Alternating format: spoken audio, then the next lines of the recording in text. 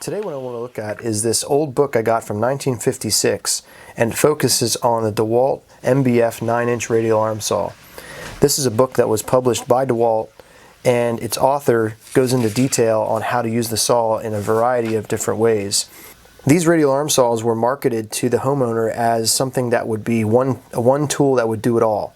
They even go so far as to show you how to do not only regular cross-cutting and ripping and things like that, but they go through in the table of contents here, even having a lathe attachment for it, a saber saw attachment, disc, belt, and drum sanding operations, grinding, buffing, polishing wheel, things like that. So some things that you would normally not associate with a radial arm saw, they marketed it with all these extra accessories as this is something that you could have one tool do it all in your shop, which is a far cry from the way that most people think about their wood shops these days, with having a dedicated tool all set up and ready to go for whatever job they want it to do.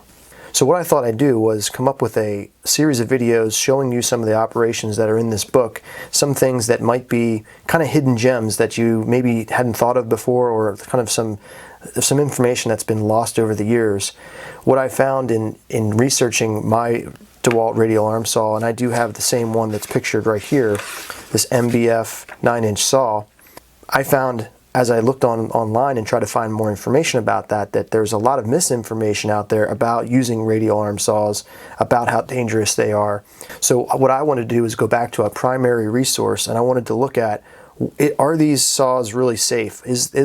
Are there ways to use these safely and utilize them in ways that make sense in today's wood shops?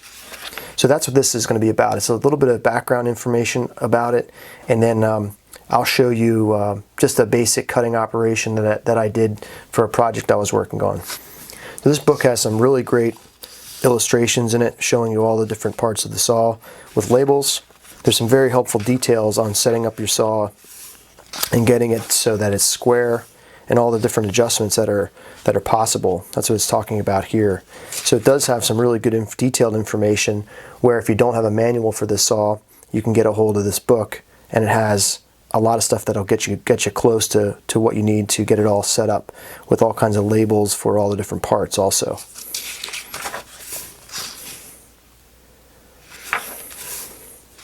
One thing that's interesting that's a lot different than from today's wood shops is there's no dust collection system set up at all in any of these pictures I've seen in the book. And this 90-degree elbow that's on here was just really meant to direct the dust away from the operator's face. And they'd never in this book hook up any kind of hose to it or anything like that. Radial arm saws have a reputation as being very dangerous, and in this book there are some very dangerous operations that I definitely wouldn't recommend, and I definitely will not try. I'm going to show you one right here. I'm going to zoom in on it a little bit. Here's a great picture I want to show you about cutting full pieces of plywood with a radial arm saw. They flip the saw, and you can see that the blade now is facing and cutting right there's the blade edge. And he's standing up that piece of plywood and cutting it in half. So he's standing the piece of plywood on end, and that blade is right there at his waist, exposed, and he's sliding it across while the saw stays still and is locked in place. He's sliding it across with some 2x4s on the bottom acting as a guide.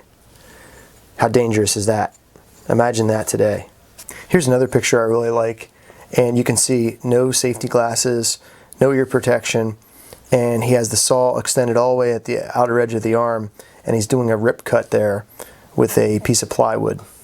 Do not try this at home. I'll leave you with my favorite picture, buffing your shoes with the DeWalt radial arm saw.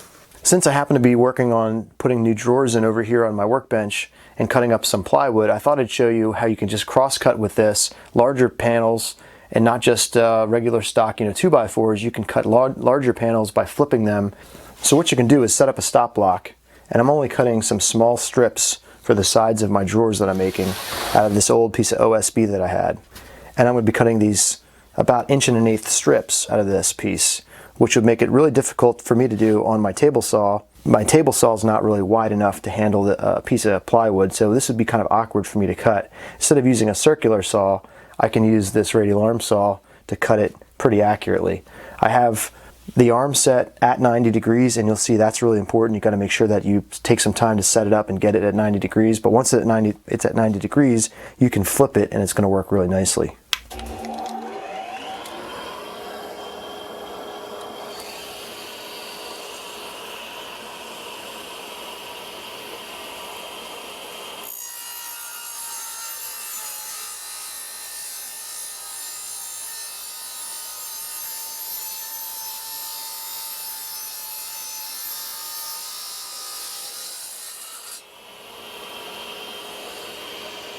All I have to do is just flip it over.